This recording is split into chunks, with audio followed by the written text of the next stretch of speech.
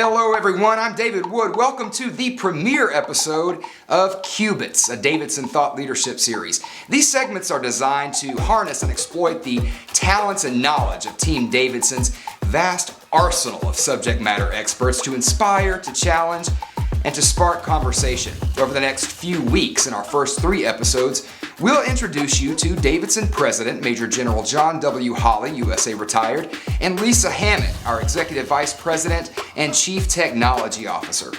Here, Hammitt and Holly posit the proliferation of artificial intelligence is driven by a vast and pervasive paradigm shift. But is AI a silver bullet, or is there more to the story? Let's join the conversation. You know, I'm really happy we're having this discussion because we co-wrote this paper, Artificial Intelligence. We touched on cybersecurity. We were applying it to the latest trends and the driving forces inside of national defense, and it was a weighty paper. There were concepts in that it would be difficult for somebody to get their arms around without kind of having some preliminary point of view. So I'm thrilled that we're sitting down today because I think that we can personalize it a little bit more for folks, and we can give them insight into your thoughts as to what's happening right now, because there's a lot of order that I think you could bring to what some people perceive as chaos today, right, in this space. And so one of the things I'd love to share with our audience is that you and I have been speaking one-on-one, right, you know, in private settings for months now, about the change of posture and strategy around national defense. And I've kind of pro-offered some thoughts, and I think that you've had interesting insights. One of the things I brought up in our conversation is that as a student, one of my professors, Admiral James Ellis, whom you also know, he's been talking about this paradigm shift of we kind of came out of AI and cyber and we sort of threw it all together in national defense, but we're moving over into a defend forward strategy now 10 years in, and we're talking a lot more about cyber resiliency. And so I thought he was provocative in one class recently because he used a quote from Eric Hoffer where he said, "In times of change, the learners inherit the earth, while the learned find themselves beautifully equipped to deal with a world that no longer exists." So I'm going to ask you, is Admiral Ellis right? Yes, he is right. But we've got to exploit, not just embrace. We've got to exploit technology. And frankly, as a country, we've got to take a step back and look at how we're developing the next generation. As you look at the competitiveness of China, Russia, North Korea, Iran today, those actors are doing their very best to take the lead away from the United States. That's not an acceptable situation to be in. We've got to make the proper investments in advanced technologies, and I would argue that things like artificial intelligence, machine learning today are where cybersecurity was in 2000. And in 2000, we saw something coming on the horizon, but people weren't as serious as we should have been. Cyber attacks are integrated in any offensive operation, period. I don't see any exceptions to that. And you're going to have air attacks, you're going to have ground-based attacks, and it's going to be how do you manage all of that information and respond quickly, because there will be a temporal dimension to everything we do going forward.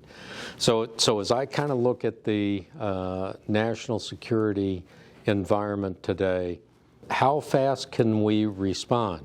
Well, let's talk about artificial intelligence as an enabler.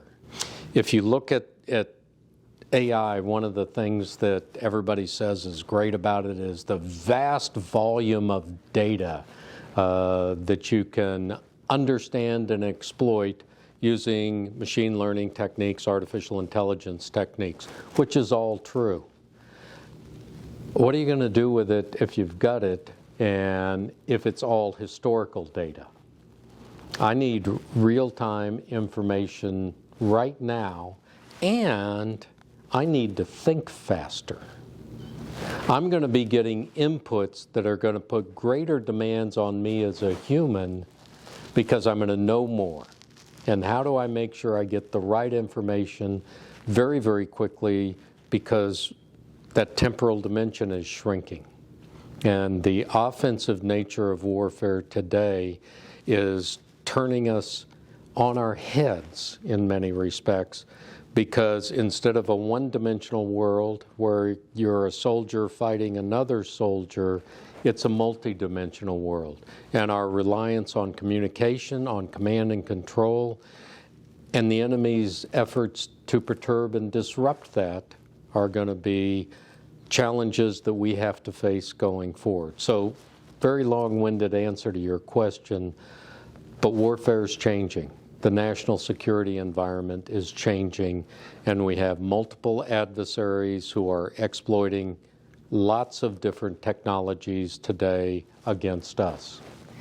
So you just painted a huge landscape about the future, and I want to unpack that a little bit. Okay. And so the first place I'm going to go is, let's talk about real time, because you brought it up. Nobody says that they don't want to operate in real time.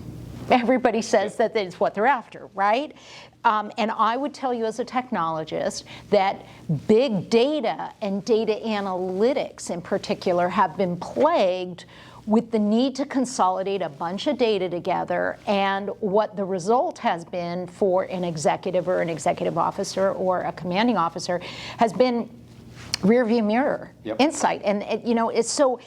Are there things available, even in the last 10 years, that weren't available to you when you were in the war theater, where maybe some of this analysis can be turned into much more real-time alerting or monitoring?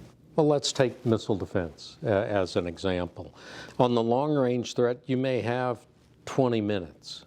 20 minutes is a blink of an eye when you have to get the National Command Authority on the line, when you have to consider fly-out.